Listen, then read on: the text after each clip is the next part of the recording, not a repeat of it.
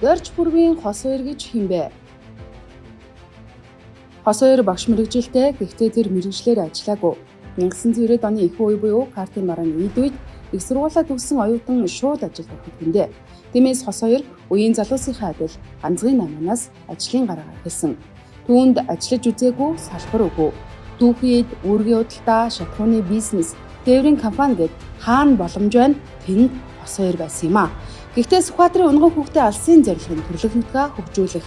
Бие засаад гэрээ зас, гэрээ засаад төрөө зас гэдэг адилаар хос хоёр өөрийнхөө аж амьдралыг төхөөрөлжгээд аймаг орон нутгийнхаа хөгжилд гар бие олцсноо гэж тооцож улс төрд орно гэсэн холын бодолтой байсан. Гэхдээ эрхчлөөний тэмцэгч Мартин Лютер Кингийн асуудал чамд хамаагүй гэж нүдэн ханаад нэмэргүй бидний оршин байгаа нийгэмд бүх асуудал хүн бүрд шууд бусаар тусдаг. Тиймээс өөрт хамаагүй гэж нүдэн ханахаар өөрийнхөө ирээдүйн төлөө үгээ хэл гэсэнчлэн тэр үгээ хэлэхээр бизнесийн салбарыг орхиж улс төрлөө ганцхан шамлаа орсон юм. Түүнээс хойш 20 гаруй жил өнгөрчээ.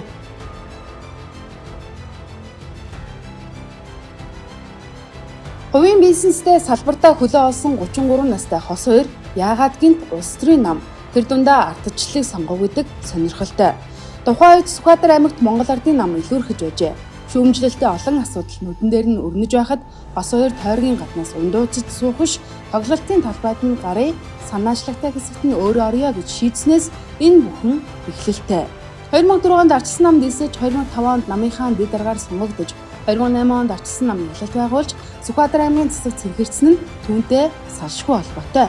Мөн өнгөрсөн 16 жилийн хугацаанд хос хоёр Сүхбаатар аймгийн хөгжлийн бодлоготой хамт байсан. Тэр аймгийн иргэдийн төлөвчтэй урлагийн төлөөлөгч, тэргүүлэгчээр сонгогдсон үеэс л орон сууцчлуулах бодлогыг тогтмол хэрэгжүүлж газар чөлөөлтийг зоригтой эхлүүлсэн юм. Гэхдээ хос хоёр дарга ард түмэн хүчтэй тэмцсэн болохоор бүтээн байгуулалтын энэ өөрчлөлтийг хийж чадсан гэж тайлбарладаг. Үүнийг нотлох баримт нь Сүхбаатар аймаг 2008-аас 2016 оны хооронд орон сууцын бүтээн байгуулалтаараа улсдаа тэргүүлж 4 удаа улсын шилдэг аймгаар шалгарч байлаа. Эндээс хос хоёр даргыг төмөнд нүрэ төрд нэрээ бодож ажилдаг туршлагатай улс төрч гэж дүгнэж болохоор байна.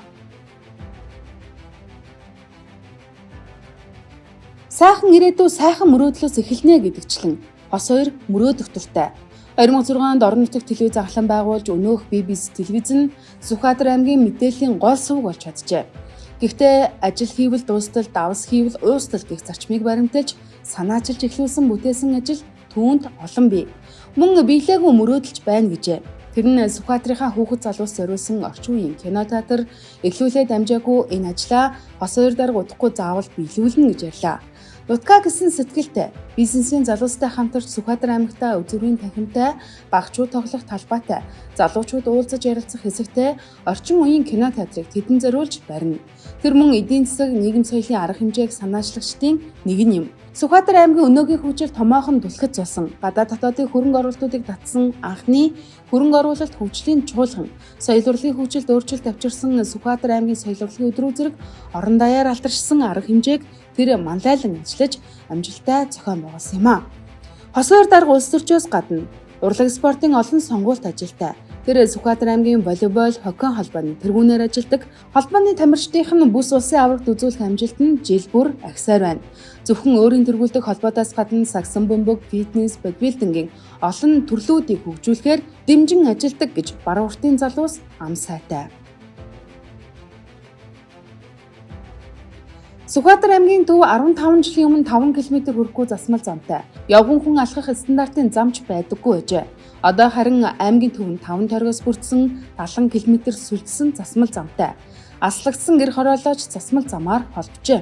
Бүр хос хоёрын гэж нэрлэгдсэн зам баруун урт сумын 6 дугаар багийн гэр хороол дунд байна. Тэр 10 жил тууштай хөөцөлсөний эцэст газар чөлөөлөлтийг хийж хөрөнгө оруулалтыг нь шийдснээр энэ замыг барих бүтээн байгуулалтын ажил эхэлсэн. Замаас гадна ахмадтай зориулсан цэцэрлэгт хүрээлэн Сүхбаатарт ирсэн гадна дотны зочид нутгийн иргэд салхилах соёнбот хөшөө дөрвөлж толгойн цэцэрлэгт хүрээлэн санаачилж босгосон. Мөн газрын ашигтай бодлого хэрэгжүүлж дөрвөлж хотхон даймонд хороолол гээд орон сууцны хорооллыг хос хоёр дарга төрийн оролцоогүйгээр шийдэж хувийн хөвчлийнхнээр бариулжээ. Аймагтаа төдийгүй улсдаа жишг болсон малчдын моргишийн зээлийг анх хэрэгжүүлсэн байдаг.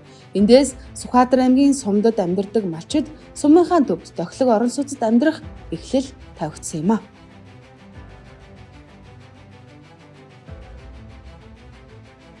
Хос хоёр 2008 оноос хойш тасралтгүй 16 жил Сүхбаатар аймгийн шийдвэр гаргах төвшөнд буюу удирдлагын багт тогтмол ажилласан. Түүний хамгийн анхны улс төрийн албан тушаал Сүхбаатар аймгийн арчилсан намын дэд дарга. Түүнээс хойш аймгийн иргэдийн төлөвшрүүлгийн төлөөлөгч, тэргүүлэгч, аймгийн засаг даргын орлогч даргын албан тушаалыг хашсан. 2020 оноос хойш аймгийн иргэдийн төлөвшрүүлгийн даргаар томилогдсон ажиллаж байна. Үндсэндээ хос хоёр дарга орон нутгийн сонгуульд 4 удаа буюу 16 жил тасралтгүй сонгогдсон ясны улс төрч.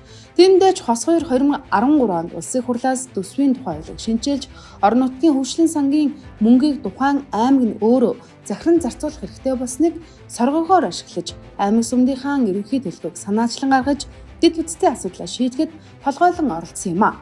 Ингэснээр Сүхбаатар аймгийн бүх сумдад хаагуурн зам гэрэлтүүлэх нь хийгдэж хаана нь сургууль цэцэрлэг барих уу, хаана нь инженерийн шугамшилжээг тавигдах уу гэдг нь ойлгомжтой болжээ. Хамгийн гол нь ирээдүйд энэ сум хэдэн хүнтэй болох уу, аль тийшээ хөгжих үү гэдэг нарийн төлөвлөгөөг мэргэжлийн хүрээнд зоригтой хийсэн. Үр дүнд нь өнөөдөр Сүхбаатар аймгийн аль ч суманд очисон ч дундуураа гэрэлтүүлэхтэй, замтай, зэгцэрсэн хашаа гудамж, талбайтай бусад аймагт жишг болох дэд бүтцтэй болж хөгжиж байна.